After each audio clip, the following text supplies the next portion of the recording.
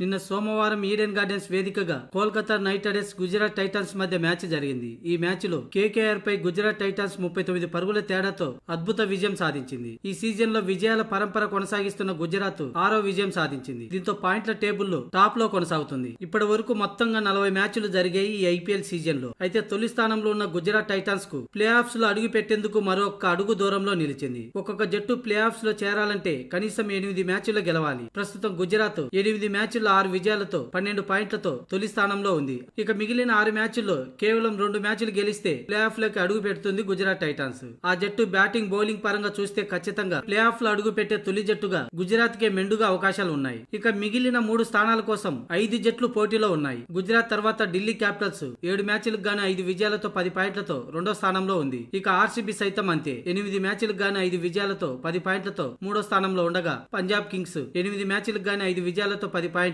అలాగే లక్నోకు 8 మ్యాచ్లకు గాను 5 విజయాలతో 10 పాయింట్లతో తర్వాతి స్థానంలో ఉన్నాయి. ఇక ముంబై ఇండియన్స్ సైతం ఆ జట్టులోకి బుమ్రా రాక నుంచి వరుస విజయాలతో దూసుకుపోతుంది. ఈ జట్టు కూడా ప్లే ఆఫ్స్ రేస్ లో నేనున్నానంటూ దూసుకొస్తుంది. ఇప్పటికే 8 మ్యాచ్ల్లో 4 విజయాలతో 8 పాయింట్లతో 6వ స్థానంలో ఉంది. అంటే Delhi Capitals, royal Challengers Bengaluru, Punjab Kings, Lucknow super Giants, Mumbai Indians లకి ప్లే ఆఫ్ లో ఉండే 3 స్థానాల కోసం పోటీ పడుతున్నాయి. ఇక కేకేఆర్ జట్టు నిన్న గుజరాత్ టైటన్స్ తో ఓడిపోవడంతో 8 మ్యాచ్లకు గాను 3 విజయాలతో 6 పాయింట్లతో 7వ స్థానంలో ఉంది. అంటే ఈ జట్టుకు ప్లే ఆఫ్ కు చేరుకునేందుకు 30% మాత్రమే అవకాశం ఉంది. ఇక Rajasthan, Sunrisers Hyderabad, SRH లకు మాత్రం ప్లే ఆఫ్ చేరాలంటే మిగిలిన అన్ని మ్యాచ్లు గెలవాలి, అలాగే అధిక నెట్ రన్ రేట్ కావాలి. ఇదంతా జరగడం అసాధ్యం. ఓ 10% మాత్రమే ఈ 3 జట్లకు అవకాశం ఉంది. టోటల్ గా KKR, Rajasthan, Sunrisers Hyderabad, CSK జట్లకు మాత్రం ప్లే ఆఫ్ లో అడుగు పెట్టడం అంత ఆషామాషి కాదు. రాబోయే మ్యాచ్ లో ఏ ఒక్కటి ఓడినా ఇక ఇంటికే.